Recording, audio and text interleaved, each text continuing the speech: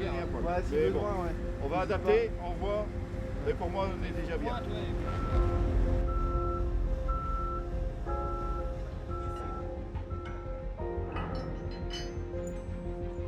Thierry, tu reviens léger sur ta gauche. Ok, c'est bon. Christophe, t'as entendu, pour la 400, c'est ok. On peut commencer à tirer.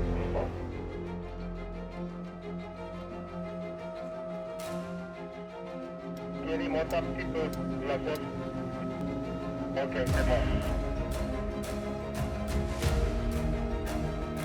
Démarre. Démarre. Ok, saute.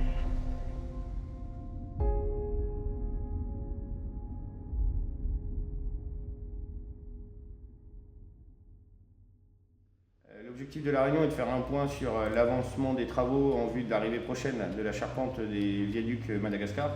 Le projet des accès définitifs du pont Flaubert est un chantier en milieu urbain. Afin de limiter la gêne aux usagers et maintenir en permanence 2 fois 2 voies de circulation, nous avons, en amont de la réalisation de la charpente du viaduc Madagascar, réalisé les 2 bretelles de l'échangeur nord qui ont permis ensuite de fermer le giratoire Madagascar et récupérer l'emprise pour assembler la charpente. Et donc, comme prévu au planning, la charpente pourra arriver début novembre pour être assemblée sur la plateforme d'assemblage. L'ouvrage Madagascar permet de franchir le quartier Flaubert et relie le pont Flaubert à la Sud 3. Les caractéristiques principales du viaduc Madagascar sont les suivantes. 2 ouvrages parallèles, une longueur de 120 mètres, 13 mètres de large, et c'est un ouvrage mixte acier-béton qui repose sur 4 appuis. Chaque appui est constitué d'un chevêtre ou d'une semelle de fondation qui repose sur des pieux diamètre 900 mm et qui vont jusqu'à 20 mètres de profondeur. La particularité du site est que le pH de l'eau est très bas. Donc pour garantir la pérennité des ouvrages et assurer une durée de vie de 100 ans, les tubes sont équipés de dispositifs anti-pollution. Ce dispositif est constitué d'un tube métallique extérieur nu, un tube sacrificiel, à l'intérieur duquel on vient placer un tube revêtu de PEHD à l'extérieur et de résine époxy à l'intérieur. Et en plus de cela, les caches d'armature sont revêtues de résine époxy également. En complément, le béton est résistant aux agressions chimiques.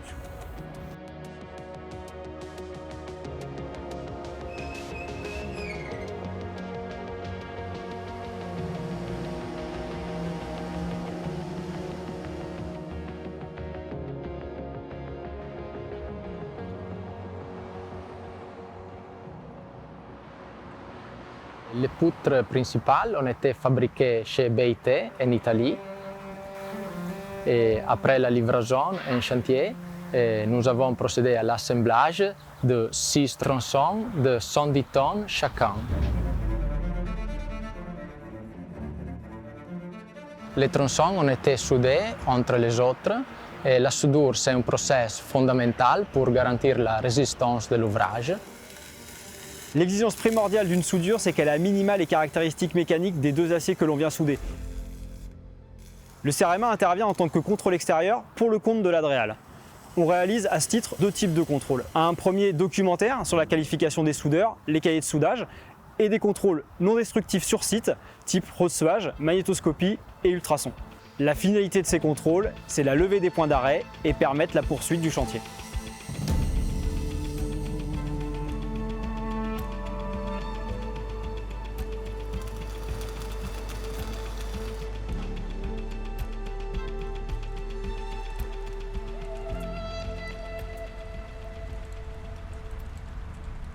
Nous, on revient directement ici pour le pied.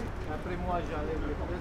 Voilà. Les 6 tronçons ont été déplacés avec 2 camags dans les positions finales pour l'élevage et ont été levés avec 2 grues en tandem de 300 et 400 tonnes.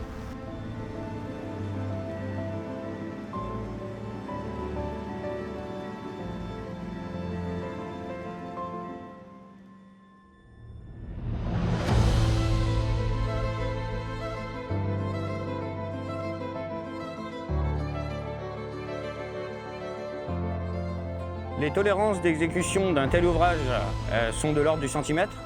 Pour y parvenir, il faut réaliser des études et des plans d'exécution de qualité, mettre en place tout un système qualité, des contrôles à réaliser tout au long de la construction de l'ouvrage, Mais surtout, le succès de la réalisation d'un tel ouvrage repose sur un travail d'équipe dès la phase préparation du projet jusqu'à la phase réalisation.